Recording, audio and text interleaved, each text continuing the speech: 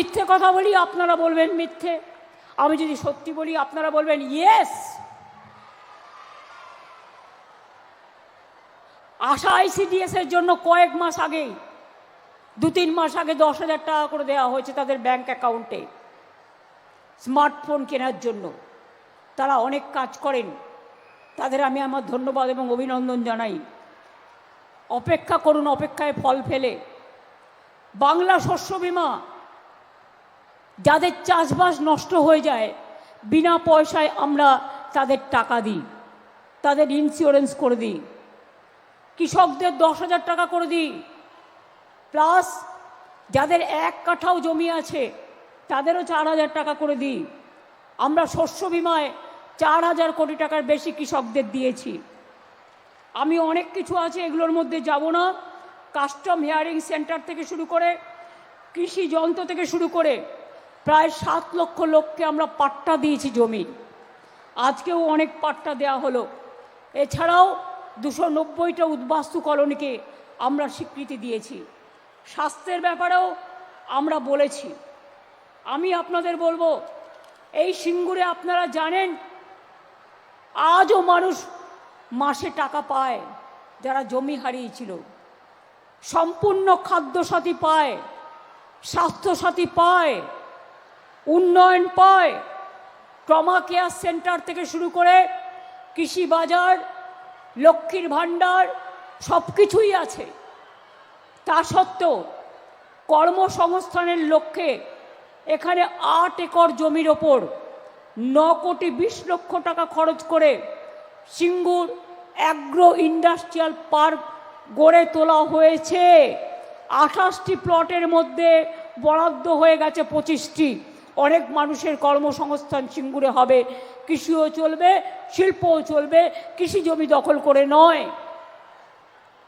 2 হচ্ছে আরেকটা প্রকল্পে আমরা নিয়েছি এসএআইপির আন্ডারে 77 একর জমিতে প্রাইভেট ইন্ডাস্ট্রিয়াল পার্ক সিঙ্গুরে হচ্ছে। হাজার হাজার মানুষের কর্মসংস্থান হবে।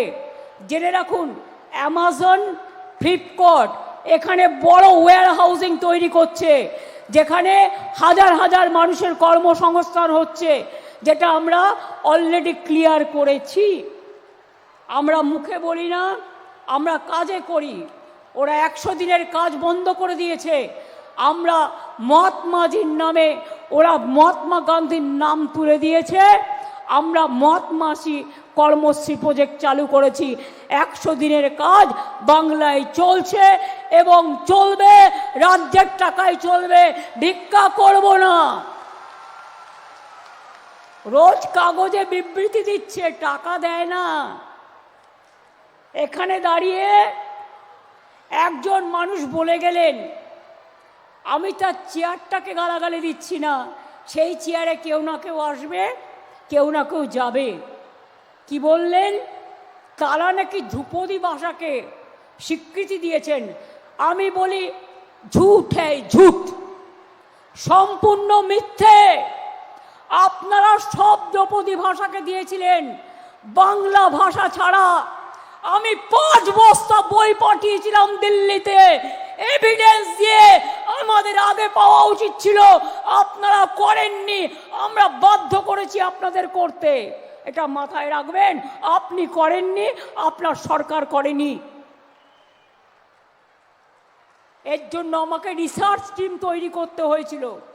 বাংলা ভাষায় কথা বললে বিহারে মারেন, উত্তরপ্রদেশে মারেন, উড়িষ্যায় মারেন, রাজস্থানে মারেন, দিল্লিতে মারেন, মধ্যপ্রদেশে মারেন।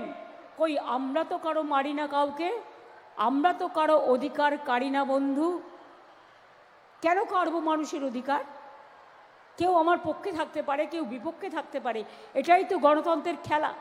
তাই বলে আমাকে তাকে হত্যা করতে হবে, খুন করতে হবে, এজেন্সি লাগাতে হবে? এই করে কিছু করা যায় না। শুনুন, আমাকে যদি আঘাত না করেন, আমি খুব ঠান্ডা শীতল বাতাসের মতো বয়ে যাই। আর আমাকে যদি আঘাত করেন, আমি প্রত্যাঘাত করে আমি টর্নেডো হয়ে যাই, আমি টর্নেডো হয়ে যাই, আমি তুফান হয়ে যাই, আমি ঝড় হয়ে যাই, আমি কালবৈশাখী হয়ে যাই। আমাকে রোকার সাধ্য আপনাদের নেই। এসআইআরের নামে চক্রান্ত করে নাম কাটছেন কেন? মানুষের প্রতি বিশ্বাস নেই? বিশ্বাস করুন মানুষকে। ইলেকশন কমিশন ঠিক করে দেবে 2 কোটি মানুষের নাম কেটে কে ভোটার আর কে ভোটার নয়, না মানুষ ঠিক করবে? গভর্নমেন্ট কে তৈরি করবে? এটা গণতন্ত্র, এটা একনায়কতন্ত্র নয়, এটা স্বৈরতন্ত্র নয়।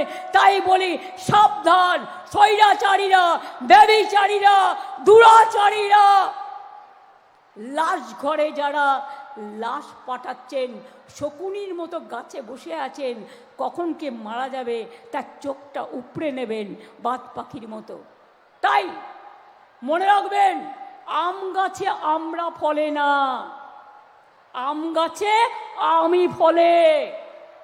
আপনারা বাংলা ভাষায় কথা বললে মারবেন আর বাংলা দখল করবেন? এত সস্তা? বাংলার মানুষ বাংলা দখল করবে, আপনারা বাইরে থেকে এসে নয়, মাথায় রাখবেন।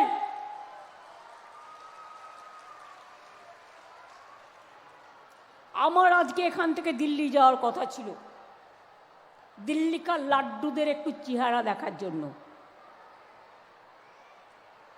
কিন্তু আজকে যেহেতু একটা ঘটনা ঘটে গেছে তাই আমি যেতে পারিনি। কালকে আমাদের কিছু বন্ধু প্রাইভেট কোম্পানিতে কাজ করতে গিয়ে মারা গিয়েছেন। আমি ববিকে পাঠিয়েছিলাম, অরূপকে পাঠিয়েছিলাম, তাদের পরিবারকে 10 লক্ষ টাকা করে বাউ মোমোও দিচ্ছে, ওয়াও মোমো, এবং ডেকোরেটররাও 5 লাখ টাকা করে দিচ্ছে। এবং পুলিশকে আমি বলেছি তাদের পরিবারকে একজন করে সিভিকে চাকরি দেওয়ার জন্য। আমরা কিন্তু আপনাদের মতো অমানবিক নই, এটা মাথায় রাখবেন। কিন্তু আজ না হলে কাল তো আমি যাবই। তার কারণ মানুষের অধিকার আপনারা কাড়বেন আর আমি চুপ করে বসে থাকবো, তা তো হয় না। দরকার হলে আমিও কোর্টে গিয়ে দাঁড়াবো, যদি পারমিশন পাই আমিও মানুষের জন্য লড়াই করব, আইনজীবী হয়ে নয়, একজন সাধারণ মানুষ হিসেবে। আমার কাছে সব ডকুমেন্ট আছে, সব এভিডেন্স আছে, সযত্নে রেখে দিয়েছি। জ্যান্ত মানুষকে মৃত বানিয়ে দিয়েছে। একটা মানসিক প্রতিবন্ধী, ফিজিক্যালি চ্যালেঞ্জ, তার বাবা মাকে নোটিশ পাঠিয়েছে। বলুন তো, তার বাবা মা মরে গেছে সুইসাইড করে, নোটিশ দেখে ছেলেটা কোথায় যাবে, তাকে কে দেখবে, কত কষ্ট। 95 বছরের মহিলা ডেকে পাঠাচ্ছে। সাথী আমাদের এমএলএ বলছিল, আমি মুসলিম বলে, আমার বরের নাম আকবর বলে আমাকেও ডেকে পাঠিয়েছে, শশী পাজাকেও ডেকে পাঠিয়েছে, জয় গোস্বামীকেও ডেকে পাঠিয়েছে। অমাত্য সেন, নোবেল বিজয়ী, বাংলার গর্ব, সারা দেশের গর্ব, তাকেও ডেকে পাঠিয়েছে।